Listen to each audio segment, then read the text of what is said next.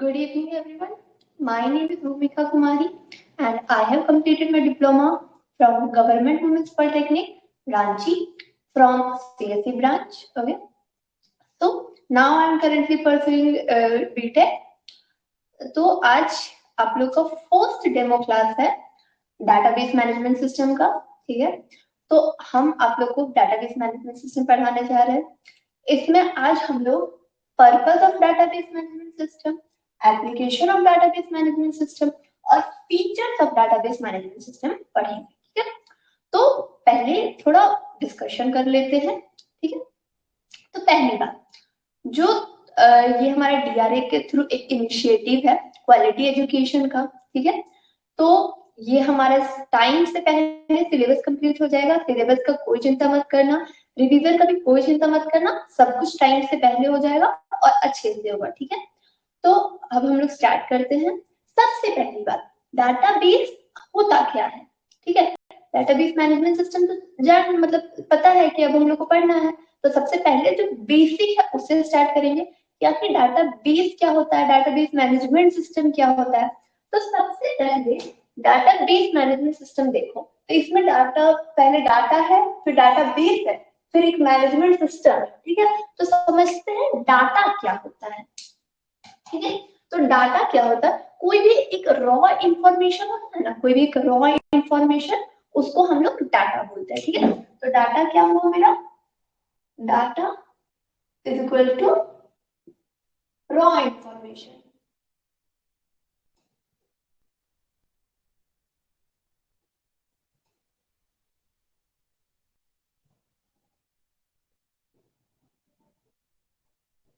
देखो, data is equal to raw information. अब देखो, जैसे कि कुछ भी डाटा है मेरा, कुछ भी वैल्यू है या कुछ भी किसी का नाम है, कुछ भी है, वो सब एक रॉ डाटा है मेरा, ठीक है।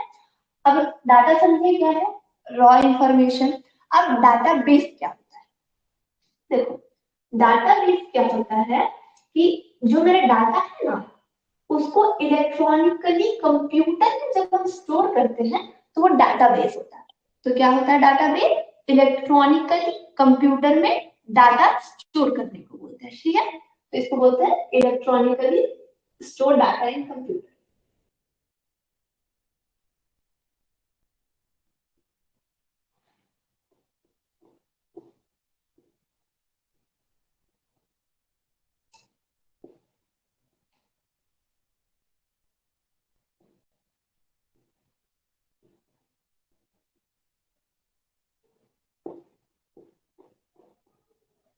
अब समझो डाटा क्या हुआ, समझे। रॉ इंफॉर्मेशन मतलब कुछ भी वैल्यू हो गया या फिर किसी का डिटेल्स हो गया, सब रॉ इंफॉर्मेशन हुआ।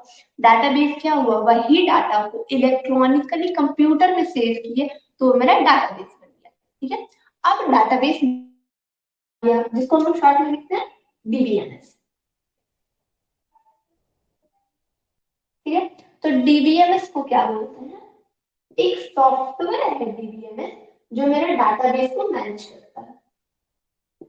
सॉफ्टवेयर टू मैनेज या फिर फॉर मैनेजिंग ए डाटाबेस।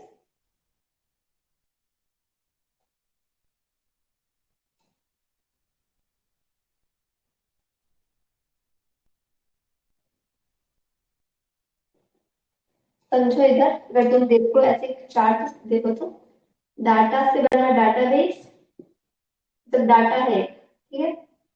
अब इसमें डाटा है मेरा कुछ भी, अब इसको हम कंप्यूटर में स्टोर किए इलेक्ट्रॉनिकली तो वो बन गया मेरा डाटाबेस। जो जनरली डाटाबेस को हम लोग इस फॉर्मेट में रिप्रेजेंट करते हैं, मतलब एक ऐसे इस फॉर्मेट में हम लोग जनरली फोटोज वगैरह में, मतलब इमेजेस में ऐसे हम लोग इसको ऐसे रिप्रेजेंट करते हैं, ठीक है। क्योंकि मेरा डाटाबेस, अब एक सॉफ्टवेयर जो मेरा सॉफ्टवेयर मैनेज करेगा इसको, उसको बोलते हैं डीबीएमएस, ठीक है। समझे क्या होता है डाटा, क्या होता है डाटाबेस, क्या होता है डाटाबेस मैनेजमेंट सिस्टम, क्या होता है, और ये कैसे रिप्रेजेंट करता है, डाटा से बना डाटाबेस। डाटाबेस को जब हम मतलब डाटा इलेक्ट्रॉनिकली स्टोर हुआ तो बन गया डाटाबेस। अब जो डाटाबेस मेरा जो सॉफ्टवेयर मैनेज कर रहा है वो हो गया डाटाबेस मैनेजमेंट सिस्टम। ठीक है। तो अब इसका, अगर तुम इसको नोट डाउन करना चाहो तो नोट डाउन कर लो, इसको नोट डाउन कर लो, एडमिशन करते हैं।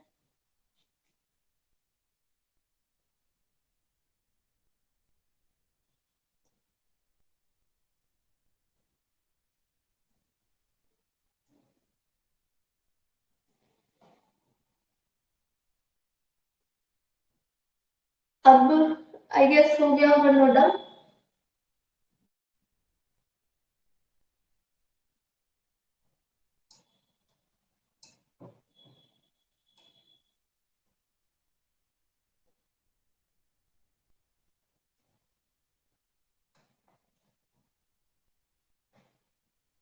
वीडियो ठीक आ रहा है ना, वीडियो में कोई इश्यू नहीं ना है।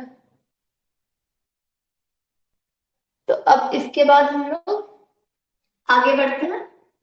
Purpose of database, application of database और फीचर्स ऑफ डाटाबेस की ओर, ठीक है। तो पहले पर्पज ऑफ डाटाबेस, ठीक है, इसका हम लोग पर्पज पढ़ते हैं कि डाटाबेस मेरा है, उसको, उसका पर्पज क्या है, ठीक है। तो जैसे कि पहले हम लोग, जब हम लोग एंशियंट टाइम में डाटाबेस, ट्रेडिशनली जो हमारा डाटा स्टोर होता था, अब डाटाबेस के फॉर्मेट में ट्रेडिशनली मेरा डाटा स्टोर हो रहा है, पर पहले मेरा डाटा जो था वो स्टोर होता था ट्रेडिशनल फाइल के फॉर्मेट, ठीक है। अब हम यूज क्या करते हैं, डाटाबेस स्टोर करने के लिए, पर पहले फाइल के फॉर्मेट में एंशियंट में यूज होता था, ठीक है। तो उसमें कुछ दिक्कत हुई, मेरे जो फाइल सिस्टम है उसमें कुछ प्रॉब्लम्स आया, जिसकी वजह से उसको हम लोग कट करके, उसको हम लोग और डेवलप करके, मॉडिफाई करके डाटाबेस को इन्वेंट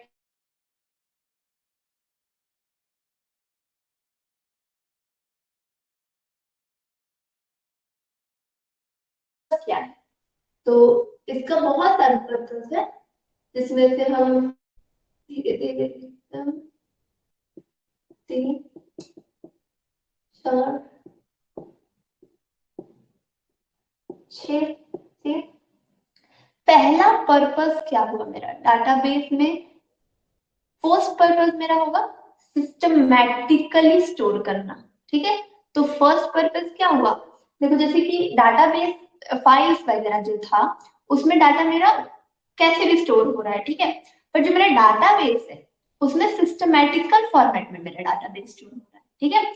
तो इसमें मेरा क्या, डाटा कैसे स्टोर हो रहा है, सिस्टमैटिकल फॉर्मेट में, ठीक है। तो सिस्टमैटिकल स्ट्रक्चर ऑर्गेनाइजेशन।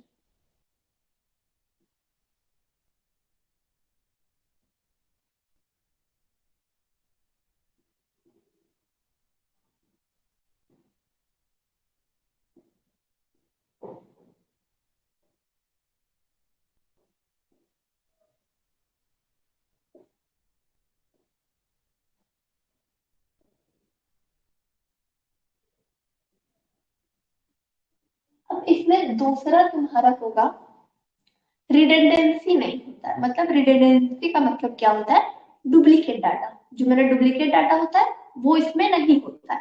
तो दूसरा मेरा क्या हो गया, नो रिडंडेंट डाटा, ठीक है। फिर रेप्लिका भी बोल सकते हो, कॉपी जो होता है उसको रेप्लिका बोलते हैं, तो नो रेप्लिका या फिर नो रिडंडेंसी।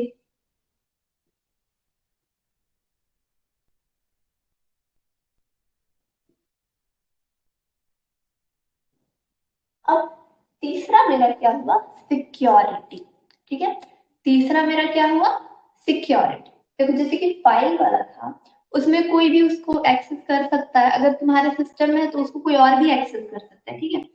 पर जो मेरा डाटाबेस है उसमें एक स्ट्रक्चर्ड क्वेरी लैंग्वेज पहली बात तो होना होता है, जो हर किसी को नहीं आता है, ठीक है। तो उसको एक्सेस करना डिफिकल्ट है। सिक्योरिटी वाइज डाटाबेस बहुत स्ट्रॉन्ग है एज कम्पेयर टू जो मेरा traditional method of data storing था, ठीक है। तो दूसरा, तीसरा क्या हो गया मेरा, सिक्योरिटी। एक मिनट कुछ,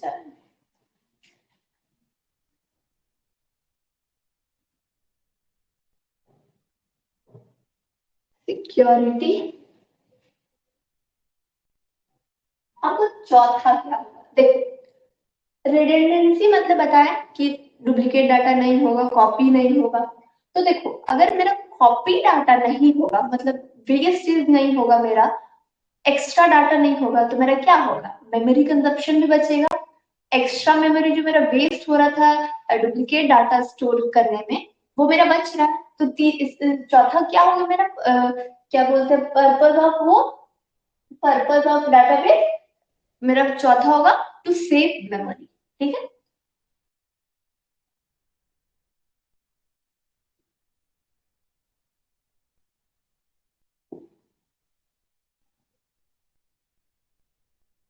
अब और एक बात बता रहे हैं, देखो जब मेरा मेमोरी बच रहा है, ठीक है, डुप्लीकेट डाटा नहीं है, सब कुछ है, परफेक्ट है, सिस्टमेटिकली और स्ट्रक्चर वे में ऑर्गेनाइजेशन ऑफ डाटा भी है, तो ऑटोमेटिकली मेरा टाइम बच रहा है कि नहीं बच रहा है। जो चीज डुप्लीकेट डाटा होने की वजह से और इधर उधर होने की वजह से मेरा ढूंढने में टाइम लग रहा था, वही चीज मेरा तुरंत माइक्रो सेकेंड्स में हो जाएगा। मेरा जो रिक्वायरमेंट है वो फुलफिल हो जाएगा। ठीक है। तो अब मेरा फिफ्थ पर्पस क्या है, to save time, to save time. ठीक है, इससे मेरा टाइम का भी बचत हो रहा है। अब मेरा सिक्स सिक्स पर्पस क्या है, ठीक है, इतना सब समझे, समझ आ गया। अब सिक्स्थ पर्पस, मेरा डेटाबेस मैनेजमेंट सिस्टम का पर्पस क्या होता है।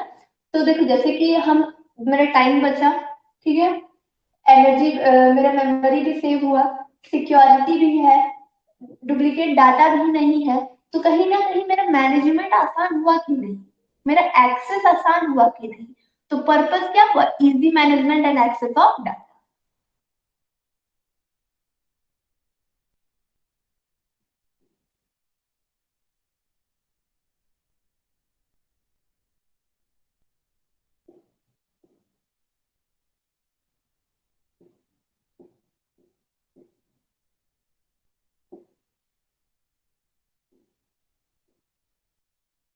ठीक है, समझे, अच्छे हो। देखो अब ये सिक्स टॉपिक है, उसको हम फिर से समझा देते हैं कि जब मेरा सिस्टमेटिकली वे में स्टोर हुआ और मेरा डुप्लीकेट डाटा नहीं है और मेरा मेमोरीज कंजप्शन भी कम हो रहा है, तो हमको जो डाटा, जो कोई यूजर होगा या फिर कोई और होगा जो डाटा एक्सेस कर रहा है, उसके लिए तो आसान हुआ ना डाटा को करना। जो मेरे डुप्लीकेट डाटा की वजह से बहुत देर तक हो रहा था, टाइम भी मेरा वेस्ट हो रहा था, फिर मैनेजमेंट में भी दिक्कत हो रहा था, तो अगर सिस्टमेटिकली स्टोर हुआ है और डुप्लीकेट डाटा भी नहीं है, तो मेरा मैनेजमेंट भी आसान हो गया, उसको एक्सेस करना भी आसान हो गया। ठीक है। तो मेरा सिक्स क्या, फर्स्ट पॉइंट से लेकर सिक्स पॉइंट जो है हम बता दिए, अब ये तुम नोट डाउन कर लो।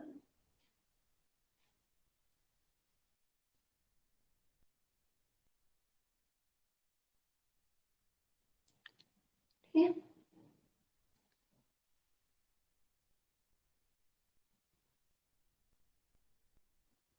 नोट डाउन,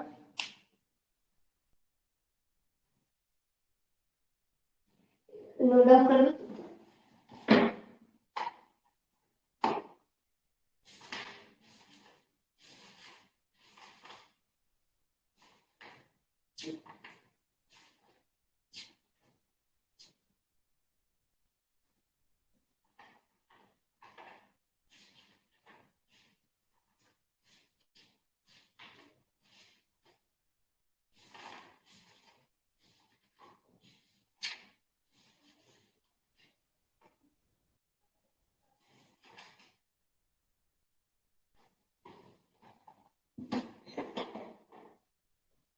हो गया। अब हम इसको इरेज करते हैं और दूसरा जो हमारा टॉपिक है उसके तरफ बढ़ते हैं।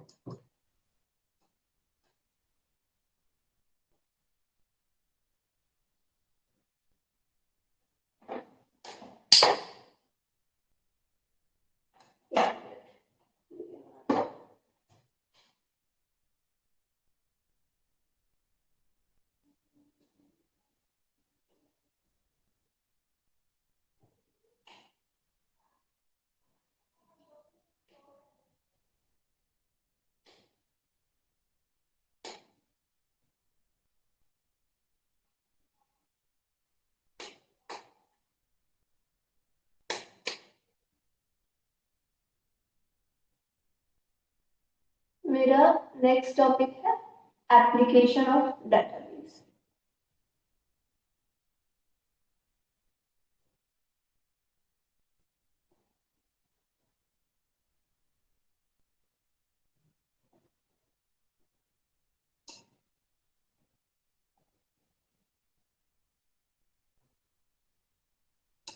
ठीक है, तो सबसे पहला एप्लीकेशन क्या होगा डेटाबेस का, अब हम जानते हैं। तो सबसे पहला एप्लीकेशन दिमाग में क्या आता है? एजुकेशन। क्यों? बता। देखो जैसे कि अभी तुम डीआरएस पढ़ रहे हो, ठीक है, तुमने सब्सक्रिप्शन लिया है, तो तुम्हारा डाटा जो है वो स्टोर हुआ है ऐप में, तुमने सब कुछ सब्सक्रिप्शन वगैरह लिया, तो तुम्हारा जो डाटा है, तुम्हारा नाम, तुम्हारा तुमने किस कोर्स का सब्सक्रिप्शन लिया है, तुमने किस किस कोर्स को एक्सेस किया है, वो सब सारा डाटा तुम्हारा इलेक्ट्रॉनिकली स्टोर है। ठीक है ना?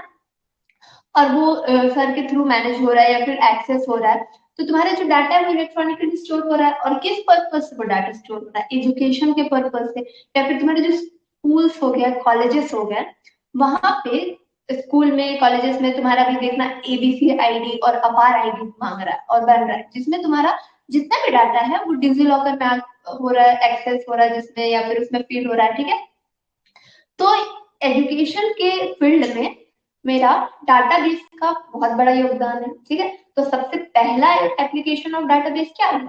एजुकेशन, और या फिर एजुकेशनल सेक्टर्स। ठीक है, तो फर्स्ट इसका हो गया हमारा एजुकेशन।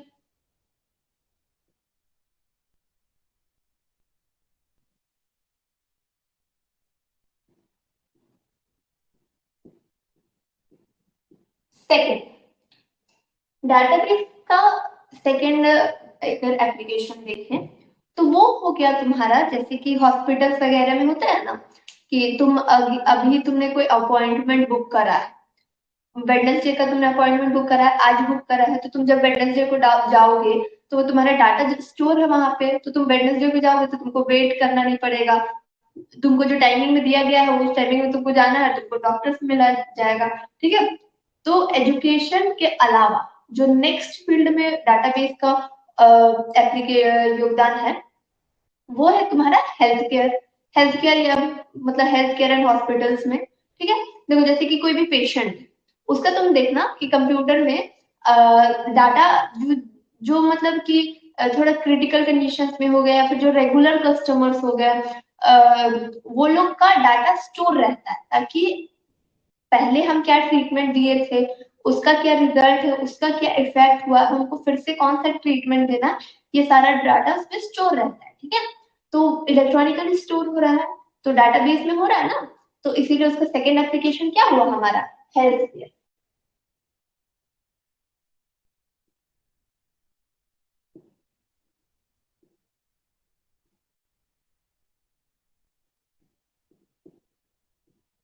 अब देखो सेकंड मेरा हेल्थ केयर हुआ, तो हेल्थ केयर में देखो एक और एक मेडिसिन वाला फील्ड हो रहा है ना, जिसमें मेडिसिन, कौन सा मेडिसिन कब लिए हो तुम, कितना डोसेज है उसका, उसको तुमको कब तक लेना है, वो सारा चीज स्टोर हो रहा है। तो मेरा थर्ड पॉइंट क्या हुआ इसमें?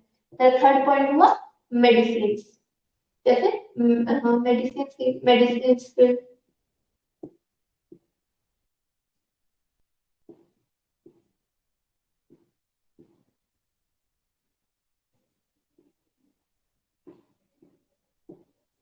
चौथा बहुत ही इंपॉर्टेंट, बैंकिंग।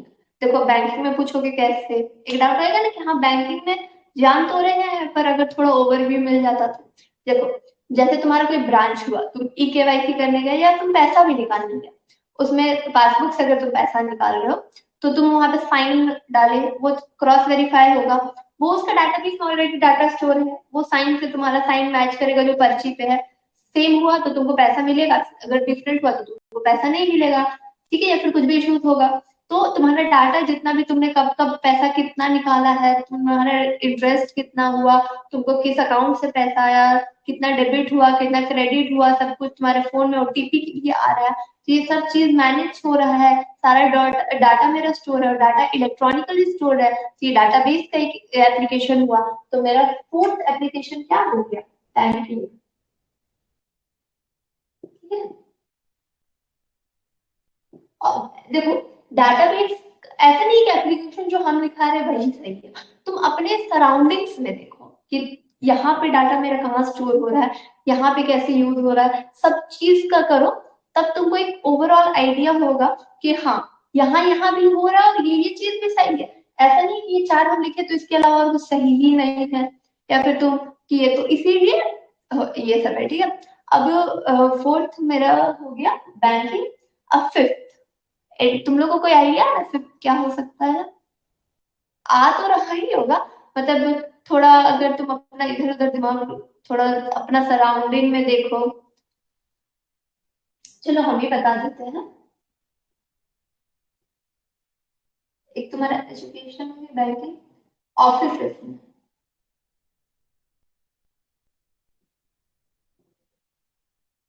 ऑफिस में, या फिर बिजनेस पर्पज इसको सिलेक्ट करना, बिजनेस। देखो आजकल बिजनेस में क्या हो रहा है कि जो मतलब बहुत तरीके के बिजनेस होते हैं, राशन दुकान में भी आजकल सीसीटीवी कैमरा में डाटा स्टोर हो रहा है, डाटा तो वहां पे भी स्टोर हो रहा है ना, वो भी इलेक्ट्रॉनिकली ही हो रहा है, तो वो भी डाटा बेस का ही एक एग्जाम्पल है, ठीक है। और तुम्हारा ऑफिस में हो गया, जो डिफरेंट ऑफिस में तुम जो एक एम्प्लॉय काम कर रहा है, ठीक है, वो अपने डेस्क पे काम कर रहा है, वो दूसरे के डेस्क मतलब अगर वही यूजर पासवर्ड दूसरे के पास है तो वो वहां से भी एक्सेस कर सकता है। डाटा तो तुम्हारा स्टोर हो गया है ना, तो उसमें उसको कोई भी एक्सेस कर सकता है, उसमें तुमको एक्सेसिबिलिटी कंट्रोल करना होगा। तो मेरा फिफ्थ एप्लीकेशन क्या हो गया, ऑफिसेस और बिजनेसेस, ठीक है, ठीक है। अब फिर पांच एप्लीकेशन काफी है, अगर इसको एक्सपेंड करना चाहो तो एक छह, ठीक है, एक छह लिख ही सकते हैं।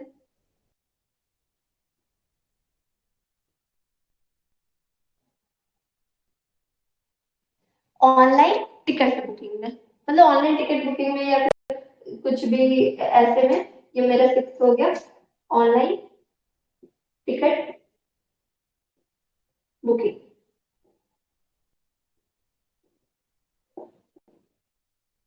देखो अब मैं एक एग्जांपल से समझाना चाह रहा है, देखो जैसे कि तुम ट्रेन में थर्ड एसी बुक किए, सेकंड एसी बुक किए, या कोई भी रिजर्वेशन किए तो तुमको एक अपना पीएनआर नंबर वगैरह सब कुछ मिल गया, तुमको अपना सीट नंबर मिल गया।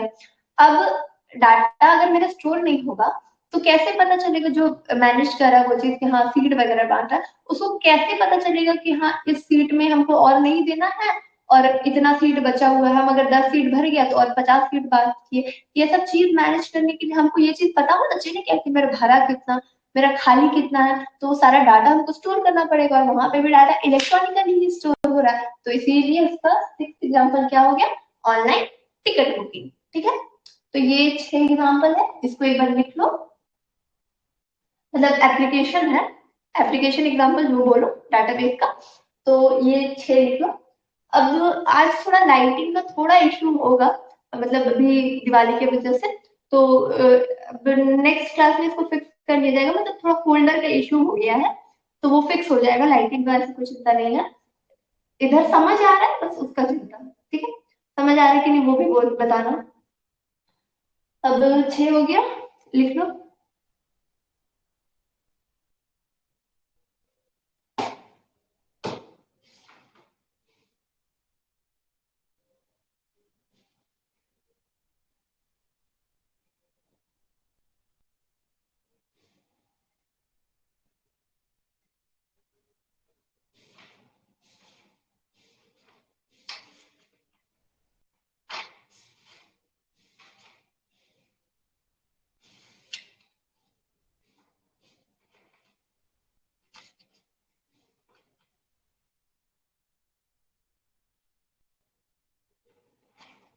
एक और अगर लिखना चाहो तो एक ई कॉमर्स लिख सकते हो, जो बिजनेस में ही आ सकता है तुम्हारा, seven, e commerce,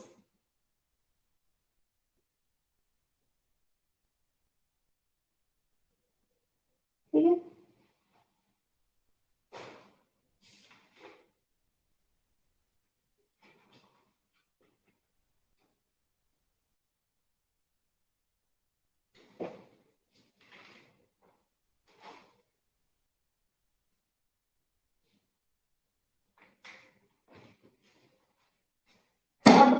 next topic की ओर बढ़ते हैं, जो है हमारा फीचर्स ऑफ डाटाबेस। ठीक है, अब देखो इसमें एक टॉपिक है इसी यूनिट में जो यही सबके साथ है, वो है तुम्हारा क्लासिफिकेशन ऑफ डाटाबेस। तो देखो जो क्लासिफिकेशन ऑफ डाटाबेस है वो बहुत लेंथी है, मतलब थोड़ा लेंथी है, और अभी काफी लोग प्रेजेंट नहीं होंगे, तो जब सब कोई आ जाएगा एक मैसेज चला जाएगा तुम्हारे ग्रुप पे कि अब से क्लास शुरू होगा, इस यूनिट का होगा, तो वो हम पढ़ा देंगे। और देखो जैसे कि अभी लाइव डेमो क्लास था, तो अगर इससे भी कुछ अभी टॉपिक्स पढ़ा है उसमें भी अगर कुछ नहीं समझ आया तो वो भी पूछ सकते हैं, वो दोबारा पढ़ा देंगे, ऐसे कुछ इश्यू नहीं है। अगर नहीं समझ आया तो हम दोबारा लाइव में भी पढ़ा देंगे, ठीक है। तो इसका मेरा नेक्स्ट टॉपिक है फीचर्स ऑफ डाटाबेस। ठीक है, तो फीचर्स ऑफ डाटाबेस में हम लोग लिखेंगे फीचर्स, मतलब समझ लो ना कि उसका क्या क्या मतलब फीचर्स मतलब समझ लो उसका बेनिफिट्स क्या है, उसका यूजेस क्या है, या फिर वो किस तरीके का है, उसमें क्या क्या है, वो सब चीज को ये हम फीचर्स बोल रहे हैं। ठीक है, तो इसमें हम लोग डिफाइन करें कि इसका फीचर्स क्या क्या है। तो सबसे पहला तो जो देखो जैसे कि इसका बेनिफिट्स में हम पढ़ाए थे, या फिर मतलब क्या बोलते हैं उसका पर्पल में पढ़ाए थे, उसमें एक था कि स्ट्रक्चर्ड था। तो इसका फर्स्ट फीचर में भी अगर देखा जाए तो फर्स्ट ये होगा कि स्ट्रक्चर ऑर्गेनाइजेशन ही इसका फर्स्ट फीचर होगा। ठीक है, तो फर्स्ट फीचर है इसका स्ट्रक्चर ऑर्गेनाइजेशन।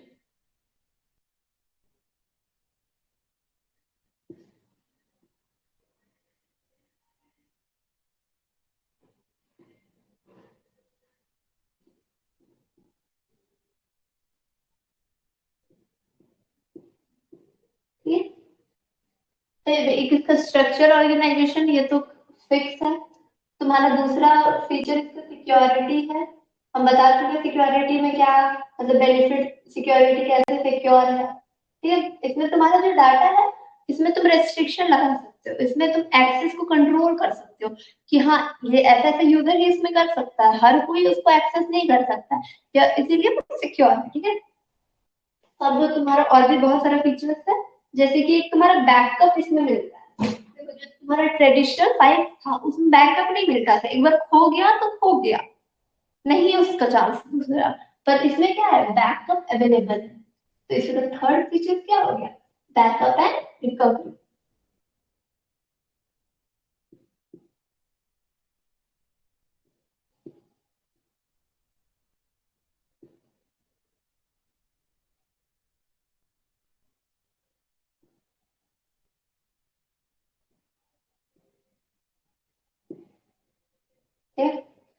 फिफ्थ, देखो ये थोड़ा कॉस्टली आता है, ठीक है, तो मोर एक्सपेंसिव ऐसे फीचर में लिख सकते हो, पर हम अभी इसको अवॉइड करें, मतलब डाटाबेस जो तुम्हारा है वो कॉस्टली है, फाइल्स के कंपैरिजन में कॉस्टली है, इसको लिखना मोर एक्सपेंसिव।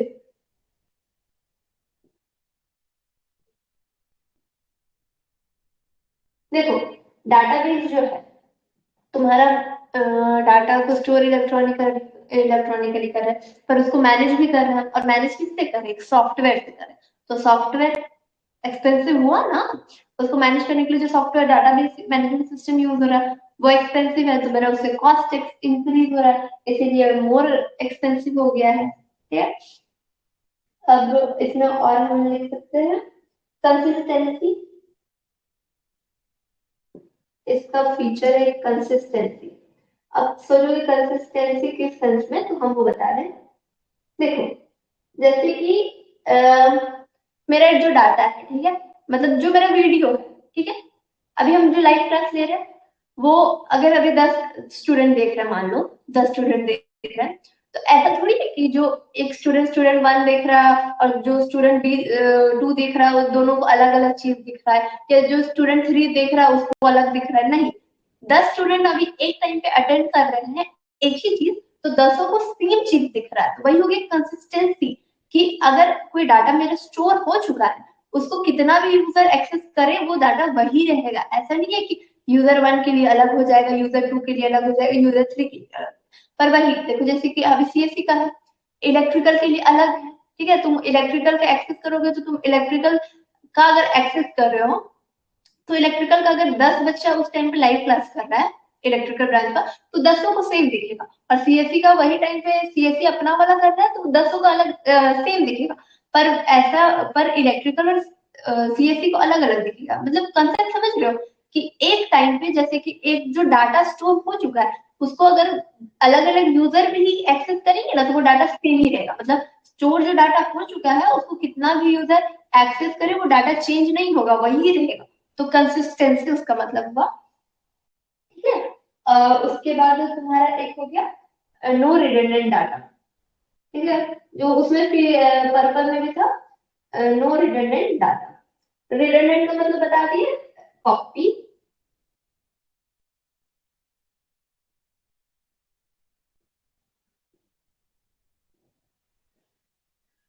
ठीक है। अब डाटाबेस मैनेजमेंट सिस्टम में एक लैंग्वेज यूज होता है एसक्यूएल, स्ट्रक्चर्ड क्वेरी लैंग्वेज।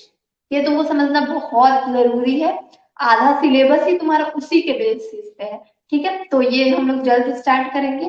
तो फिर उसका भी मैसेज आ जाएगा कि कब से उसका क्लास होगा। मतलब अभी हम लोग यूनिट वाइज कवर करेंगे, यूनिट 1, यूनिट 2, यूनिट 3, ऐसे करके मतलब सारे यूनिट। ठीक है। अब इसका फीचर जो 6 फीचर्स है उसको लिख ली। उसके बाद आज का तो ये क्लास खत्म हो गया, पर हम तुम लोग को एक छोटा सा एमसीक्यू टाइप का एक क्वेश्चन बताएंगे। मतलब बहुत बेसिक है पर इसके बहुत चांसेस रहता है कि वो आए। मतलब एक एमसीक्यू तो मोस्ट प्रोबेबली उस चारों क्वेश्चन में से एक एमसीक्यू आता है। मतलब एक जनरल टर्म्स है जो हर किसी को याद होना चाहिए। ठीक है, तो इसको लिख लो तब तक।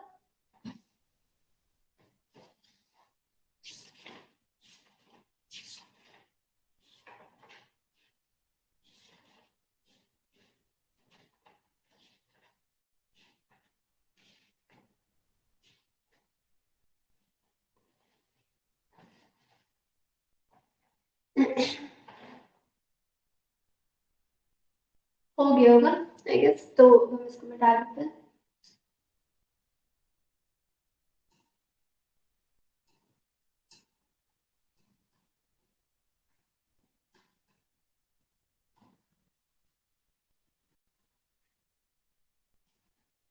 फीचर्स में इसको मिटा देते हैं। देखो, 4 टर्म्स हम तुमको बता रहे हैं कि ये जो मेरा डाटाबेस है उसमें 4 टर्म्स यूज होता है। रो के लिए, कॉलम के लिए, नंबर ऑफ रो के लिए, नंबर ऑफ कॉलम के लिए। इसमें से एक एमसीक्यू मोस्ट प्रोबेबली आता ही आता है। ठीक है, तो फर्स्ट तुम्हारा हो गया रो को क्या बोलते हैं। अच्छा अभी थोड़ा गीला है उसकी वजह से।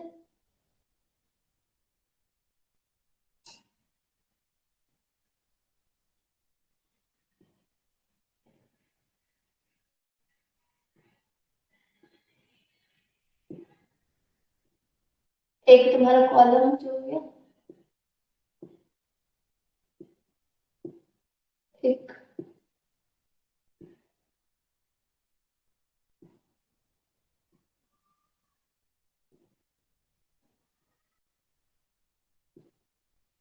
Number of columns.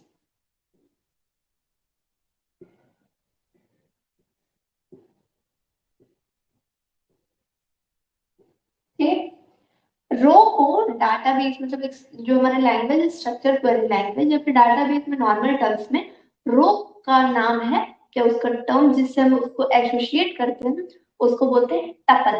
क्या बोलते हैं, टपल। इसका स्पेलिंग में लिख देते हैं TUPL। इसको एक बार नोट डाउन कर लो। ठीक है, टपल को। और जो कॉलम होता है उसको हम लोग प्रेजेंट करते हैं, एसोसिएट करते हैं फील्ड या एट्रीब्यूट के टर्म से।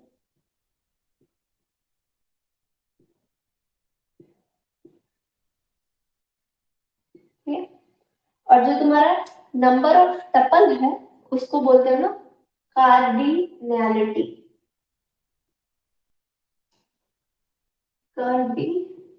कार्डिनैलिटी।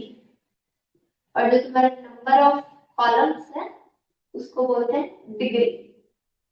ठीक है, फिर से बोल दे रहे हैं, रो को डेटाबेस में जो हमारा लैंग्वेज उसमें टपल बोलते हैं, कॉलम को फील्ड या फिर एट्रीब्यूट बोलते हैं, और नंबर ऑफ रोज को कार्डिनैलिटी।